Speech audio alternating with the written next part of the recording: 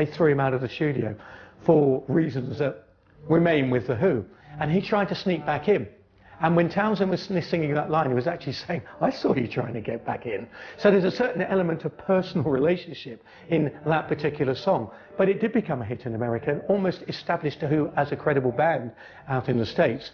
Whereas over here, it was no more than just another single along the way for them.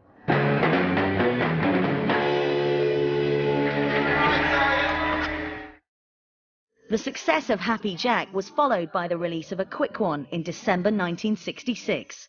The last song on the album was to become a precursor for a future musical direction for the band. A Quick One was the band's second album. In many ways it was the most satisfying of the early Who albums because it actually contained the seeds of what became later Tommy. They did their first rock opera with A Quick One While He's Away, which was most of the second half of the vinyl LP. Her man's been gone for nigh on a year. He was due home yesterday, but he ain't here. Her man's been gone for nigh on a year.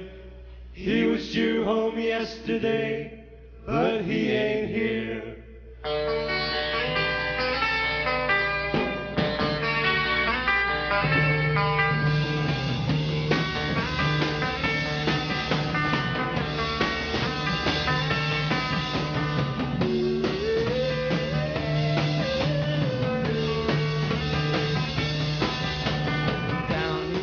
It was an interesting experiment, and it worked, I think. They were encouraged by Kit Lambert. Of course, Kit had roots in opera, and he probably encouraged Pete to write something that was much more extensive than just a 3-minute song. It was the story of a woman who was looking for satisfaction from her lover, but whose lover has disappeared or has gone into hiding, and she has to make do with Ivor the engine driver, who was a handy substitute, another substitute. So really this little mini opera, as Pete called it, was really all about the adventures of the woman and her lovers.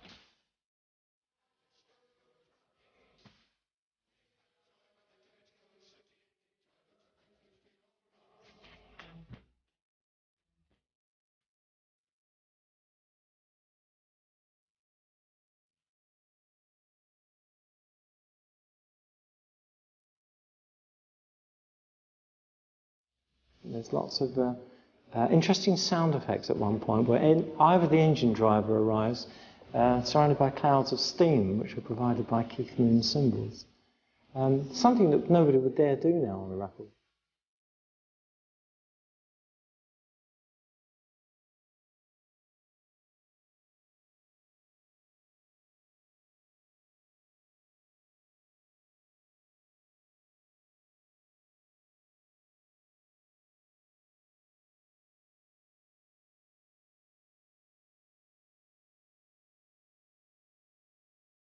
After the success of their second album, The Who once again changed record labels, this time to Lambert & Stamp's newly formed Track Records. The first single put out under this new regime was Pictures of Lily. Pictures of Lily, Pete Townsend always said, was about, you know what, I want to have a hit single about masturbation. The song's about a dad who gives his kid dirty movies and dirty pictures, and about masturbation. And also, again, it's that parent-son relationship which comes in, which is a dad saying, look, I masturbated when I was your age, I know you want to, and you're probably doing it. Here's some stuff to help you along. Which, in a way, is a step further forward from I'm a Boy, which is about parents, or plea to parents to understand your kids. This was a dad understanding his kid. Pictures of Lily is again using that mod idea of infiltration, you know, without anybody realising what you were doing. There was a few bands doing that at the time. Small Faces with Here Comes the Night, which was all about taking speed. And Pictures of Lily, which is about masturbation. And this kid up in his bedroom, you know, and this is where he retreats to. You know, the world outside's horrible, but this is where he can retreat to and look at Pictures of Lily. And so to be writing a record about masturbation and getting it played on Radio 1, you've got to applaud him, you know. It's a fantastic achievement. I used to wake up in the morning, I used to feel so bad. It's a great pop tune, and again there's some fantastic playing on there. Mooney's drums as always, a kind of a key feature of the tune. He pushes the whole thing along from the beginning. It's kind of a very soul-y, very kind of R&B kind of signature rhythm, which he draws on from time to time. And Pictures of Lily is a perfect example of him playing those beats. Radio 1, which had been established in 1967, had a playlist. If you got on the playlist, you're okay. If you didn't, then you were lost. And Radio Luxembourg and Radio Caroline were broadcasting the music that Radio 1 wouldn't play. So therefore, it was an essential tool. And when none other than Tony Benn banned pirate radio in this country, that tool was obviously lost. So Townsend was, this was a big thing for many musicians.